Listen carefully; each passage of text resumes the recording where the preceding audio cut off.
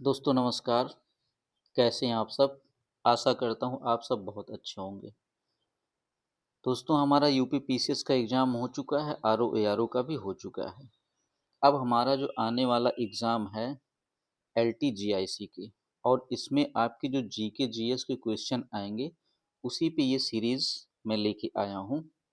आशा करता हूँ आप सबको बहुत पसंद आएगा। आज का हमारा टॉपिक है पाषाण काल, ठीक है? तो आइए हम देखते हैं इसके नोट्स क्या हैं। वन लाइनर फैक्ट हैं जो पुराने एग्जाम में आए हुए हैं। जिस काल का कोई लिखित साक्ष्य नहीं मिलता उसे प्रागैतिहासिक काल कहते हैं। जिस काल का कोई लिखित साक्ष्य नहीं मिलता उसे हम क्या कहते हैं? प्रागैतिहासिक काल कहते हैं। आद्य ऐतिहासिक काल में लिपि के साक्ष्य तो हैं, किंतु उनके अपठ्य या दुर्बोध होने के कारण उनसे कोई निष्कर्ष नहीं निकलता। कब है? आदि ऐतिहासिक काल में लिपि के साक्ष्य तो मिले हैं लेकिन वो अपठ्य और दुर्बोध हैं, इसी वजह से उनसे कोई निष्कर्ष नहीं निकलता है। जब से लिखित विवरण मिलते हैं वह ऐतिहासिक काल है। ठीक है, तो ऐतिहासिक काल कब से है? जब से लिखित विवरण मिले हैं। प्रागैतिहासिक के अंतर्गत पाषाणकालीन सभ्यता तथा आदि इतिहास के अंतर्गत सिंधु घाटी सभ्यता एवं ताम्र सभ्यता आती है। ठीक है, तो प्रागैतिहासिक काल के अंतर्गत कौन सी सभ्यता आती है? प्रागैतिहासिक काल के अंतर्गत पाषाणकालीन सभ्यता आती है तथा आद्य इतिहास के अंतर्गत सिंधु घाटी सभ्यता और ताम्र सभ्यता आती है। ताम्र सभ्यता को ही आहार अथवा जोरवे सभ्यता या संस्कृत भी कहते हैं। जबकि छठी शताब्दी ईसा पूर्व के आसपास ऐतिहासिक काल का आरंभ हो जाता है। ऐतिहासिक काल क्यों? क्योंकि लिखित विवरण मिलने लगते हैं। ठीक है, सर्वप्रथम 1863 ईस्वी में भारत में पाषाणकालीन सभ्यता का अनुसंधान प्रारंभ हुआ। कब से स्टार्ट हुआ? 1863 से।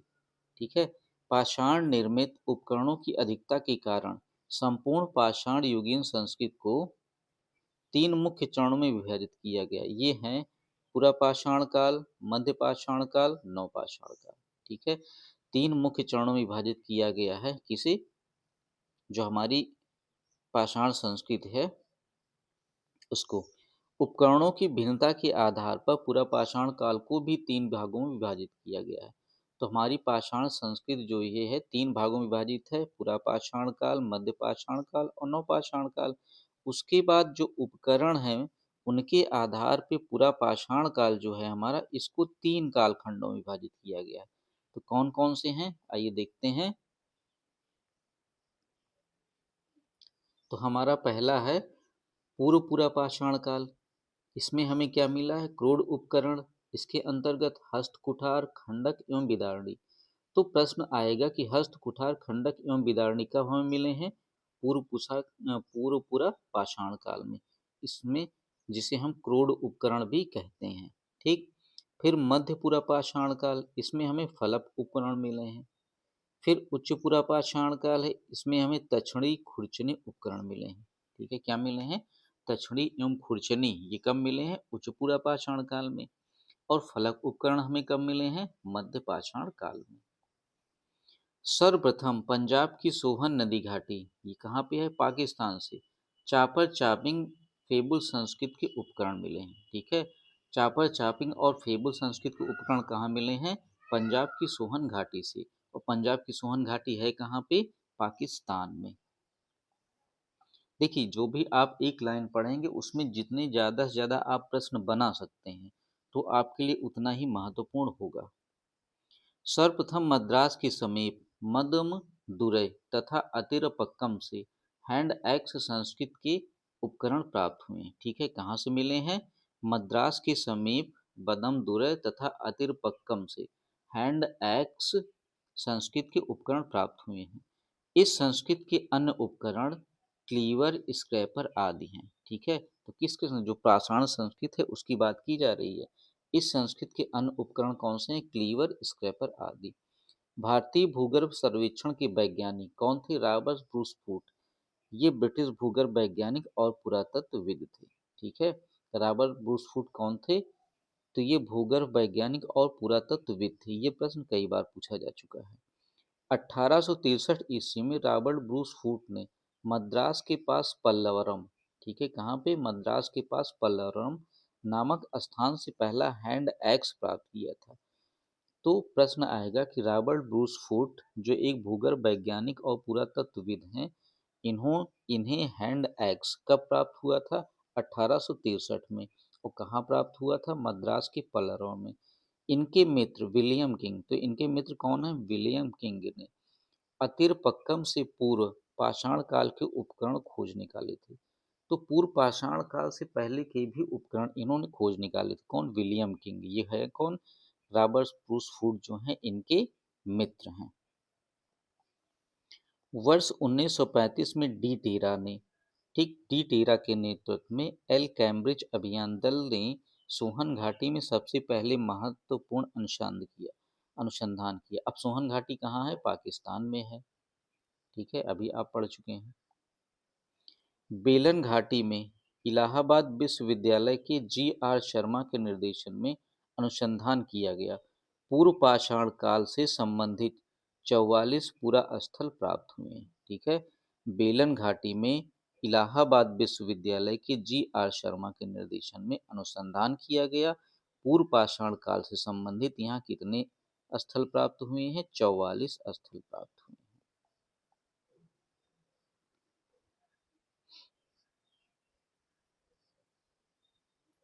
उपकरणों के अतिरिक्त बेलन के लोहंदा नाला क्षेत्र से इस काल की अस्थि निर्मित मातृ देवी की एक प्रतिमा मिली है। तो मातृ देवी की प्रतिमा का कहाँ मिली है? बेलन के बेलन के लोहंदा नाला क्षेत्र से अस्थि निर्मित मातृ देवी की महिमा, जो संप्रति कौशाम्बी संग्रहालय में सुरक्षित। कहाँ सुरक्षित है? संप्रति कौशाम्बी संग्रहालय में। फलकों की अधिकता के कारण मध्यपुरा पाषाण काल को फलक संस्कृत भी कहा जाता है। तो फलक संस्कृत किसे कहा जाता है? मध्यपुरा पाषाण काल को। क्यों कहा जाता है? यहाँ पे फलकों की अधिकता है। इन उपकरणों का निर्माण क्वार्टजाइट पत्थरों से किया गया है।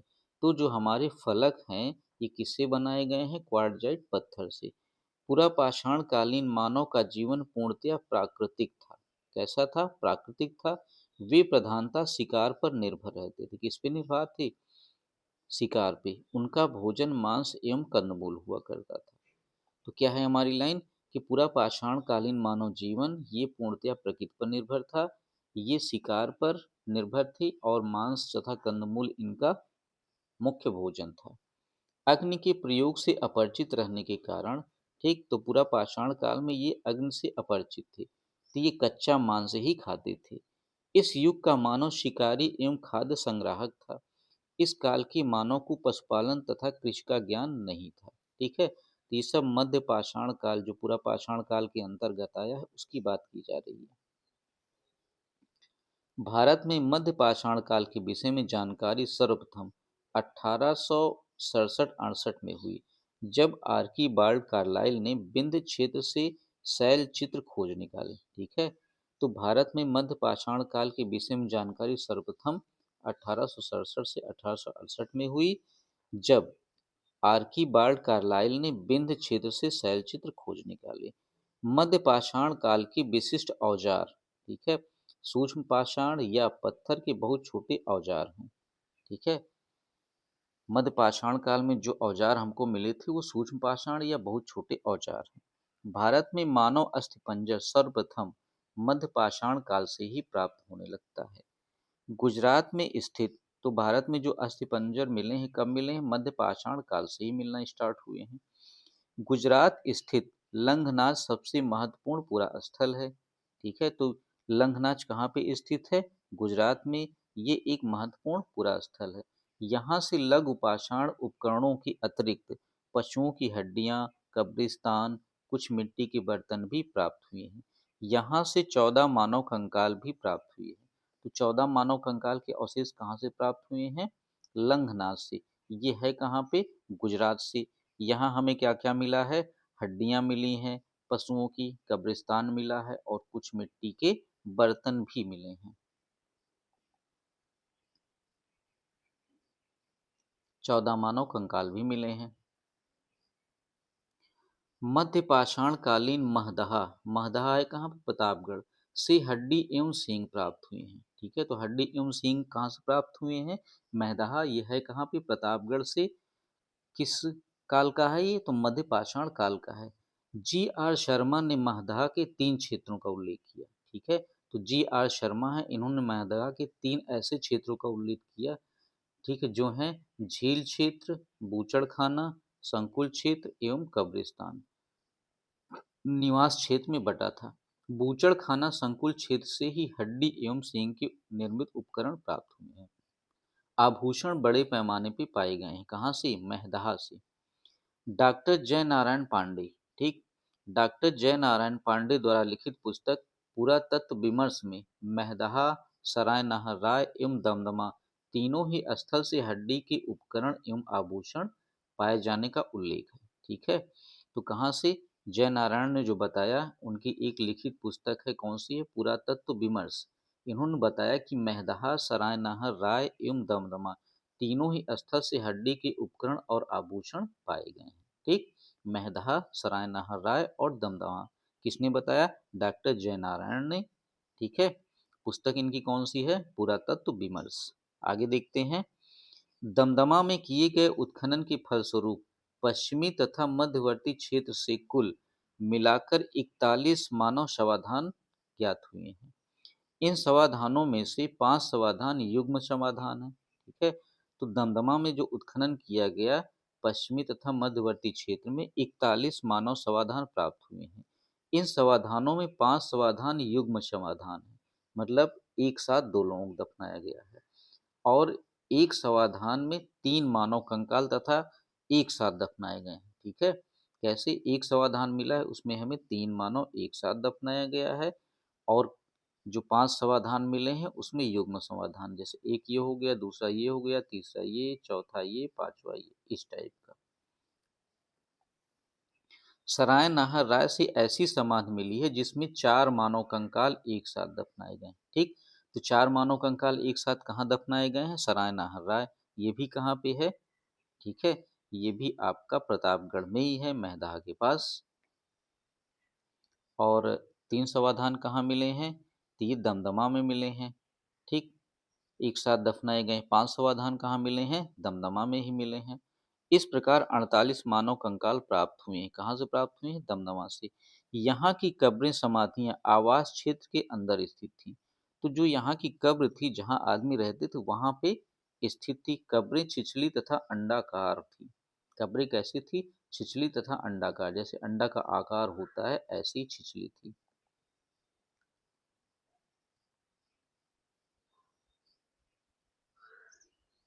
बिंद क्षेत्र के लिखैया की शिलाश्रय संख्या 1 से मध्य पाषाणिक लघु पाषाण उपकरणों के अतिरिक्त 17 मानव कंकाल प्राप्त हुए हैं। ठीक है, बिंद क्षेत्र के लिखैया की शिलाश्रय संख्या 1 से मध्य पाषाणिक लघु पाषाण उपकरणों के अतिरिक्त 17 मानव कंकाल प्राप्त हुए हैं, जिनमें से कुछ सुरक्षित हालत में हैं तथा अधिकांश छद विच्छद अवस्था में हैं। अमेरिका के ओरेगॉन विश्वविद्यालय के, ठीक है, अमेरिका के ओरेगॉन विश्वविद्यालय की जॉन आर लुकास के अनुसार लिखहिया में कुल 27 मानव कंकालों की अस्थियां प्राप्त हुई हैं। ठीक है, तो अमेरिका के ओरेगन, ठीक, अमेरिका के ओरेगन विश्वविद्यालय की जॉन आर लुकास, ठीक है, जॉन आर लुकास, इन्होंने कहा कि लिखहिया में कुल 27 मानव कंकालों की अस्थियां प्राप्त हुई हैं। ठीक, बिंद क्षेत्र में कितने मिले हैं, 17 मानव कंकाल मिले हैं बिंद क्षेत्र के लिखैया में। और इन्होंने बताया, जॉन लुकास ने, कि यहाँ पे 27 कंकालों की अस्थियां मिली हुई हैं। पशुपालन का प्रारंभ मध्य पाषाण काल में हुआ। ठीक, तो पशुपालन का प्रारंभ कब से हुआ, मध्य पाषाण काल में। पशुपालन के साक्ष्य भारत में आदमगढ़, होशंगाबाद मध्य प्रदेश तथा बागोर, भीलवाड़ा राजस्थान से प्राप्त हुए हैं। मध्य पाषाण काल के मानव शिकार करके, मछली पकड़कर, खाद्य वस्तुओं का संग्रह कर पेट भरते थे। ठीक है, तो पशुपालन के साक्ष्य हमें कहाँ से मिले हैं, आदमगढ़, होशंगाबाद तथा भीलवाड़ा राजस्थान से। मध्य प्रदेश के रायसेन जिले में स्थित भीमबेटका प्रागैतिहासिक शैल चित्र कला का एक श्रेष्ठ उदाहरण है। ठीक है, तो भीमबेटका क्या है, एक चित्रकला का उदाहरण है। भारत में सर्वाधिक 700 अधिक शिलाश्रय प्राप्त हुए हैं। भारत में सबसे अधिक शिलाश्रय प्राप्त हुए 700, जिनमें से 243 को क्रमांक दिया गया है, मतलब नंबरिंग की गई है। इनमें से 133 शिलाश्रयों में चित्रकारी प्राप्त हुई है। तो चित्रकारी कितने से प्राप्त हुई है, 133 से, और क्रम किनको दिया गया है, 243 को। यूनेस्को ने भीमबेटका शैल चित्र को विश्व विरासत सूची में सम्मिलित किया है। ठीक, तो यूनेस्को ने विश्व विरासत सूची में सम्मिलित किया है किसको, भीमबेटका को।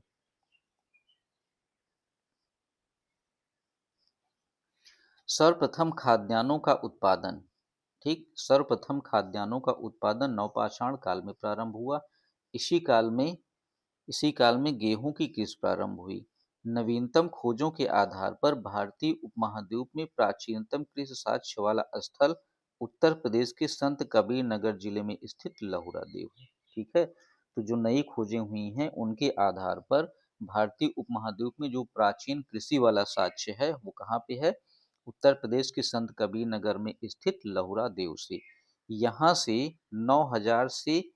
9000 ईसा पूर्व से 7000 ईसा पूर्व मध्य के चावल के साक्ष्य प्राप्त हुए हैं। ठीक है, कहाँ से, लहुरा देव से। उल्लेखनीय है कि इस नवीनतम खोज के पूर्व भारतीय उपमहाद्वीप का प्राचीनतम कृषि वाला स्थल मेहरगढ़ पाकिस्तान के बलूचिस्तान में स्थित। ठीक, यहाँ से 7000 ईसा पूर्व की गेहूं के साक्ष्य मिले हैं।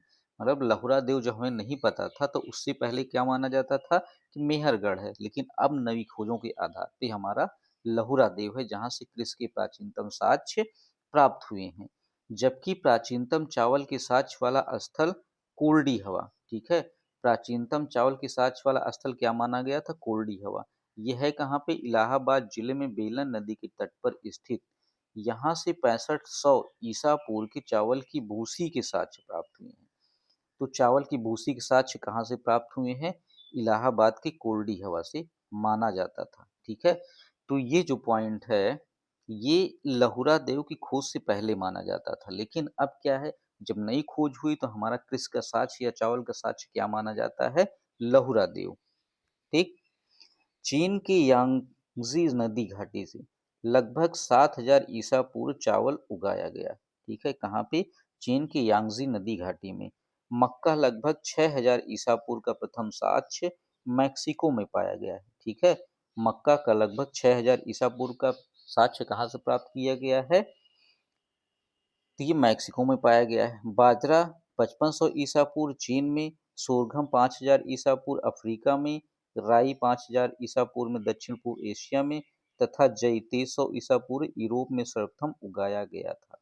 ठीक है, तो ये पॉइंट अच्छे से देख लीजिए कि मक्का जो है 6000 ईसा पूर्व मैक्सिको में, बाजरा 5500 ईसा पूर्व चीन में, सोरघम 500 ईसा पूर्व अफ्रीका में, राई 5000 ईसा पूर्व दक्षिण पूर्व एशिया में, जय 2300 ईसा पूर्व में उगाया गया था यूरोप में।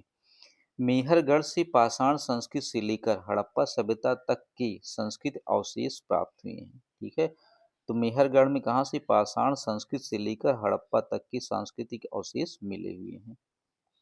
मतलब ये काफी अच्छी जगह थी, तभी तो पाषाण काल से लेकर हड़प्पा काल तक के अवशेष यहाँ पे प्राप्त हुए हैं।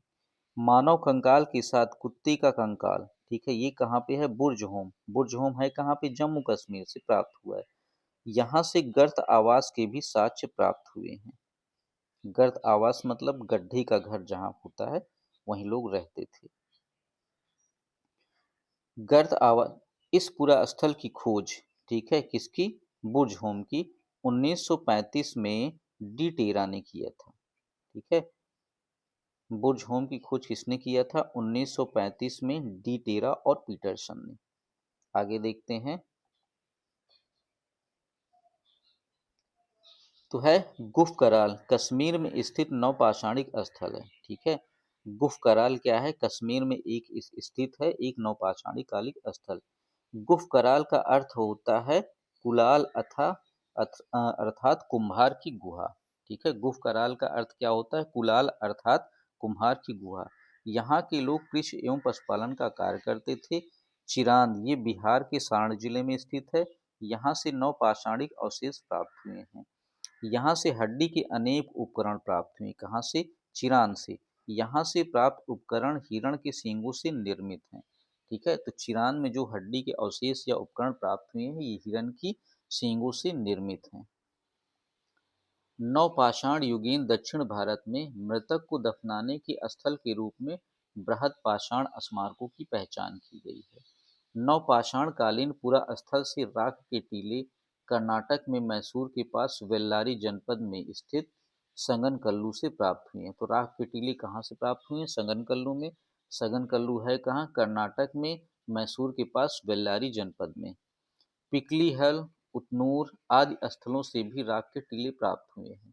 ठीक है, तो राख के टीले संगनकल्लू, पिकलीहल, उतनूर यहाँ से भी प्राप्त हुए हैं। ये राख के टीले नवपाषाण युगीन पशुपालक समुदायों की मौसमी शिविरों को जले अवशेष हैं। मतलब कहीं पे इकट्ठे हो गए लोग, अपना महीनों भर रहे, वहाँ आग वाग जो जलाते थे वही उनको मिला है। ठीक, आग का उपयोग नवपाषाण काल में ही महत्वपूर्ण उपलब्ध थी। तो नवपाषाण काल की महत्वपूर्ण उपलब्ध क्या थी? आग का प्रयोग। धातुओं में सबसे पहले तांबे का प्रयोग हुआ। इस चरण में पत्थर एवं तांबे के उपकरण का साथ साथ प्रयोग जारी रहा। इसी कारण इसे ताम्रपाषाण संस्कृति या कैल्कोलिथिक कल्चर भी कहा जाता है। ठीक है, क्यों कहा जाता है? क्योंकि यहाँ पे पत्थर एवं तांबे के दोनों के उपकरण प्राप्त होने लगे। ताम्रपाषाणिक का अर्थ है पत्थर एवं तांबे के प्रयोग की अवस्था। भारत में ताम्रपाषाण युग की बस्तियां दक्षिणी पूर्वी राजस्थान, पश्चिमी मध्य प्रदेश, पश्चिमी महाराष्ट्र तथा दक्षिण पूर्व भारत में पाई गई हैं। दक्षिण पूर्व राजस्थान में अनेक पुरास्थल की खुदाई हुई। ये है आहाड़, बालाथल, बागोर, उजियाना, गिलुंद। ठीक है, तो दक्षिण पूर्वी राजस्थान में कहाँ कहाँ पे खुदाई हुई है? आहाड़, बालाथल, बागोर, ओजियाना और गिलुंद। ये पूरा स्थल बनास घाटी में स्थित है। कहाँ पे स्थित है? बनास घाटी में। बनास घाटी में स्थित होने के कारण इसे बनास संस्कृत भी कहते हैं। ठीक है, बनास घाटी में स्थित होने के कारण इसे क्या कहते हैं? बनास संस्कृति। आहाड़ का प्राचीनतम नाम ताम्बवती अर्थात तांबा वाली जगह है। गिलुंद, ठीक, गिलुंद बालाथल, उजियाना में घरों को चहार दीवारी से घेरा गया है। ठीक, आहाड़ का प्राचीनतम नाम ताम्बवती अर्थात तांबा वाली जगह है। गिलुंद बालाथल, उजियाना में घरों को चहार दीवारी से घेरा गया है। आहाड़ के पास गिलुंद में मिट्टी की इमारत बनी है, किंतु कहीं कहीं पक्की ईंटें भी लगी हैं। गिलुंद में तांबे के टुकड़े मिले हैं। ठीक है, गिलुंद में क्या मिला है? हमें तांबे के टुकड़े भी मिले हैं। आहाड़ संस्कृत 2100 से 1500 ईसा पूर्व अन्य ताम्रपाषाणिक संस्कृतियों से भिन्न है, क्योंकि जहां दूसरे केंद्र में लाल व काले लेप मृदभांड पाए गए हैं, वहीं यहाँ पर इस लेप के ऊपर सफेद रंग से चित्रकारी की गई है। कृष्ण लोहित मृदभांड परंपरा विशिष्ट रही है। ठीक है, आहाड़ संस्कृत। यहाँ पे क्या मिला है? हमें सफेद रंग की चित्रकारी भी प्राप्त हुई है। पश्चिमी मध्य प्रदेश में मालवा, कायथा, एरण, नौदा टोली प्रमुख स्थल हैं। नौदा टोली मध्य प्रदेश, ठीक है, नौदा टोली मध्य प्रदेश का एक महत्वपूर्ण ताम्रपाषाणिक पुरा स्थल है जो खारगोन जिले में स्थित है। ठीक है, तो नौदा टोली कहाँ पे? मध्य प्रदेश के खारगोन जिले में। ठीक है, ये भी एक क्या है? ताम्रपाषाणिक पुरा स्थल है।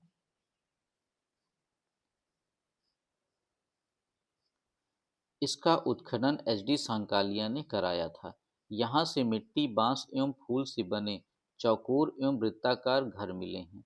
यहाँ के मूल मृदभांड लाल काले रंग के हैं, जिन पर ज्यामिति का आरेख उत्कीर्ण है। ठीक है, क्या उत्कीर्ण है? ज्यामिति का आरेख। ठीक है, तो ये किस उत्खनन की बात कर रहा है? ये बात कर रहा है, ठीक है, जो खारगोन है। ठीक, नौदा टोली में जो खारगोन है वहां से हमें क्या मिला है? इसकी पहले तो उत्खनन करवाया है एच.डी. सांकालिया ने। यहाँ से मिट्टी, बांस एवं फूस के बने चौकोर एवं वृत्ताकार घर घर मिले हैं। यहाँ के मूल मृदभांड जो है लाल और काले रंग के हैं, जिन पर ज्यामिति का आरेख उत्कीर्ण गया है। अब हम बात करते हैं कायथा की। तो कायथा संस्कृत जो हड़प्पा संस्कृत की कनिष्ठ समकालीन मानी जाती है। ठीक है, तो आ जाएगा कि हड़प्पा संस्कृत की कनिष्ठ समकालीन क्या है, कायथा संस्कृत। इसमें मृद्भांडों में कुछ प्राक हड़प्पी लक्षण दिखाई देते हैं, साथ ही इन पर हड़प्पाई प्रभाव भी स्पष्ट दिखाई देता है। इस संस्कृत की लगभग 40 बस्तियां मालवा क्षेत्र से प्राप्त हुई हैं, जो अत्यंत छोटी छोटी हैं। कितनी बस्तियां? 40 बस्तियां।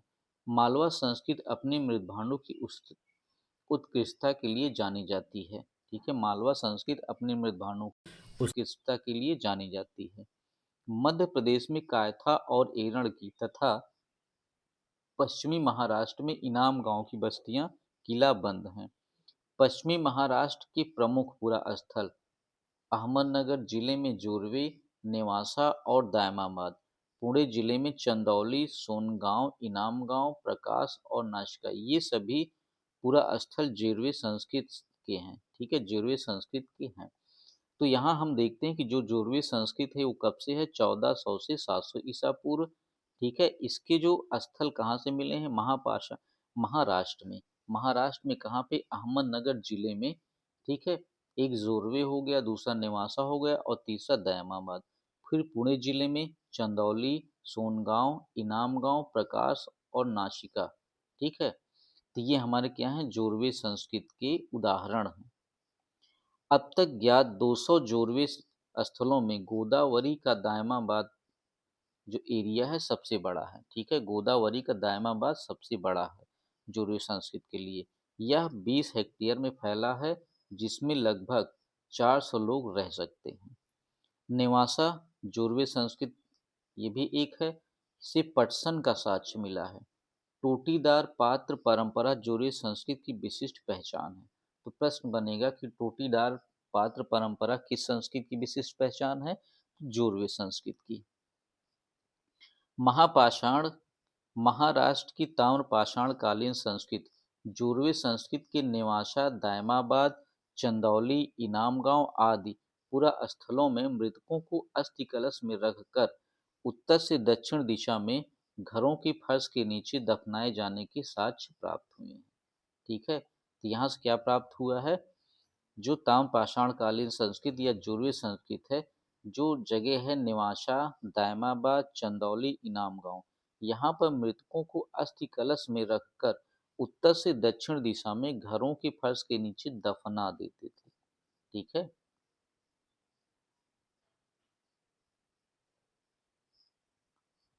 आरंभिक ताम्रपाषाण अवस्था के इनाम गांव स्थल चूल्हों सहित बड़े बड़े कच्चे मिट्टी के मकान और गोलाकार गड्ढों वाले मकान मिले हैं। पश्चात की अवस्था, ठीक है, पश्चात की अवस्था 1300 से 1000 ईसा पूर्व की 5 कमरों वाला एक मकान मिला है, जिसमें 4 कमरे आयताकार और एक वृत्ताकार है। इनाम गांव में 130 से अधिक घर, ठीक है, एनसीईआरटी के हिसाब से 100 से अधिक और अनेक कब्रें पाई गई हैं। कहाँ पे, इनाम गांव में। यह बस्ती किलाबंद है और खाई से घिरी हुई है।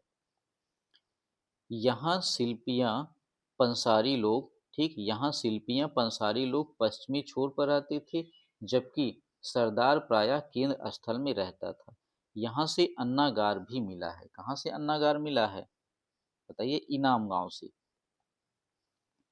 पूर्वी भारत में गंगा, ठीक है, पूर्वी भारत में गंगा तटवर्ती चिरांद के अलावा पश्चिम बंगाल के बर्धमान जिले के पांडुराजर ढिबी और बीरभूम जिले में महिषीदल उल्लेखनीय ताम्रकालीन स्थल है।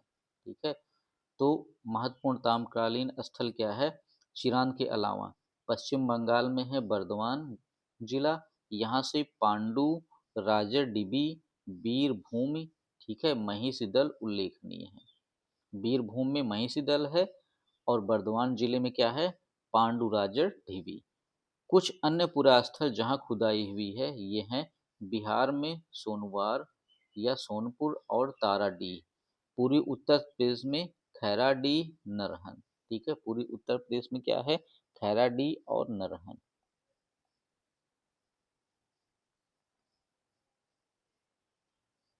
आगे देखते हैं, बिहार, महाराष्ट्र और मध्य प्रदेश में रहने वाले लोग टोटी वाले जलपात्र, गोड़ीदार तस्तरियां और गोड़ीदार कटोरे बनाते थे। ठीक है। तो जो बिहार, महाराष्ट्र और मध्य प्रदेश है, ठीक है, यहाँ जो लोग रहते थे क्या बनाते थे? टोटीदार जलपात्र, गोड़ीदार तस्तरियां और गोड़ीदार कटोरी। दक्षिण पूर्वी राजस्थान, पश्चिमी मध्य प्रदेश, पश्चिमी महाराष्ट्र और अन्यत्र रहने वाले ताम्रपाषाण युग के लोग मवेशी पालन और कृषि करते थे। वे गाय, भेड़, बकरी, ठीक है, वे गाय, भेड़, बकरी और भैंस रखते थे। हिरन का शिकार भी करते थे। यहाँ से ऊँट के अवशेष प्राप्त हुए हैं। मुख्य अनाज गेहूं और चावल के अतिरिक्त वे बाजरे की भी खेती करते थे। ठीक है। तो मुख्य अनाज गेहूं और चावल के अतिरिक्त वे क्या करते थे? बाजरे की खेती भी करते थे। ताम्रपाषाण युग के लोग शिल्प कर्म में निसंदेह बड़े दक्ष थे और पत्थर का काम भी अच्छा करते थे। वे कार्नेलियन, स्टीटाइट और क्वार्ट्ज क्रिस्टल जैसे अच्छे पत्थरों के मनके या गुटिकाएं भी बनाते थे। कब के? ताम्रपाषाण काल के लोग। वे लोग कताई और बुनाई जानते थे क्योंकि मालवा में चरखे और तकलियां मिली हैं। ठीक है, ताम्रपाषाण काल के लोगों की बात हो रही है। महाराष्ट्र में कपास, सन और सेमल की रुई के बने धागे भी मिले हैं। इनाम गांव में कुम्भकार, धातुकार, हाथी दांत के शिल्पी, चूना बनाने वाले और खिलौने की मिट्टी की मूर्ति, जिसे टेराकोटा बनाने वाले कारीगर भी दिखाई देते हैं। इनाम गांव में मात्र देवी की प्रतिमा मिली है, जो पश्चिम एशिया में पाई जाने वाली, ठीक है, एकमात्र प्रतिमा है।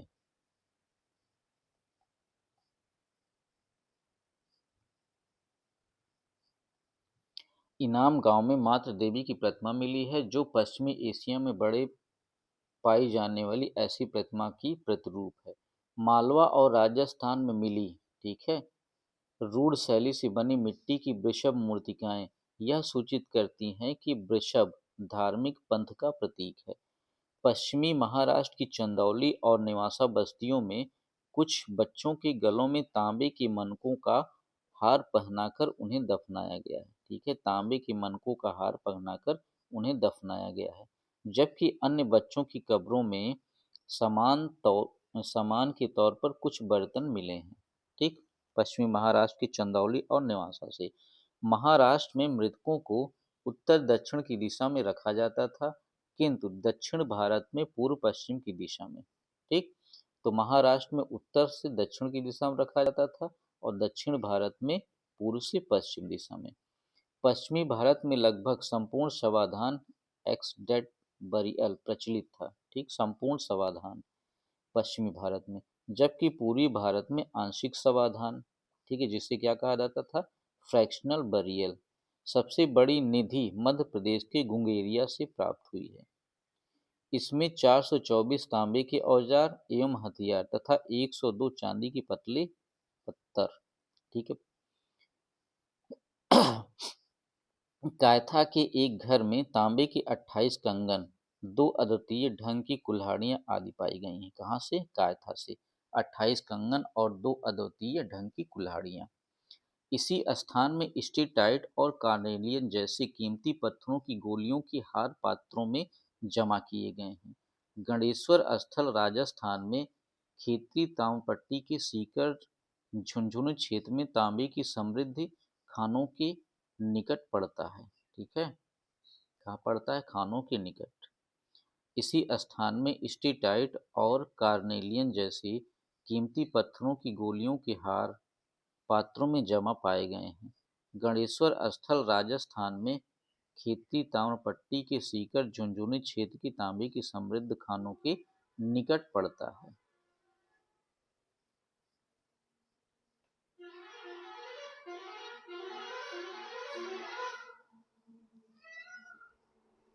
दक्षिण भारत में ब्रह्मगिरी, पिकली हल, संगनकल्लू, मास्की, हल्लूर आदि से ताम्रपाषाण युग बस्तियों के साक्ष्य मिले हैं।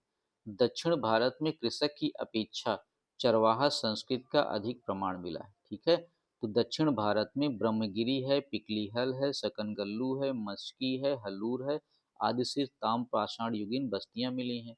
दक्षिण भारत में कृषक की अपेक्षा चरवाहा संस्कृति का अधिक प्रमाण मिला है। भारत में सर्वप्रथम 1861 में अलेक्जेंडर कनिंघम को पुरातत्व सर्वेक्षण के रूप में नियुक्त किया गया। 1871 ईस्वी में पुरातत्व सर्वेक्षण को सरकार के एक विभाग के रूप में संगठित किया गया। वर्ष 1901 में लॉर्ड कर्जन के समय में इसे भारतीय पुरातत्व सर्वेक्षण के रूप में केंद्रित कर दिया गया। केंद्रीकृत जॉन मार्शल को इसका प्रधान महानिदेशक बनाया गया। वर्ष 1902 में जॉन मार्शल को कार्यभार ग्रहण किया गया। तो ये था हमारा पाषाण काल से संबंधित महत्वपूर्ण तथ्य, ठीक है, जो किसी न किसी एग्जाम में आए हुए हैं। ये जितने भी पाषाण काल के तथ्य थे, किसी न किसी एग्जाम में आए हुए हैं, जो हमारे LTGIC एग्जाम की दृष्टि से बहुत ही महत्वपूर्ण है। तो इसको आप एक दो बार रिवाइज करिए, अपने जो दोस्त हैं उनके साथ शेयर करिए, चैनल को सब्सक्राइब करिए, और मैं कोशिश करूँगा ऐसे ही वीडियो आपकी समझ जब तक एग्ज़ाम होना है आता रहे। ठीक है, बहुत बहुत धन्यवाद।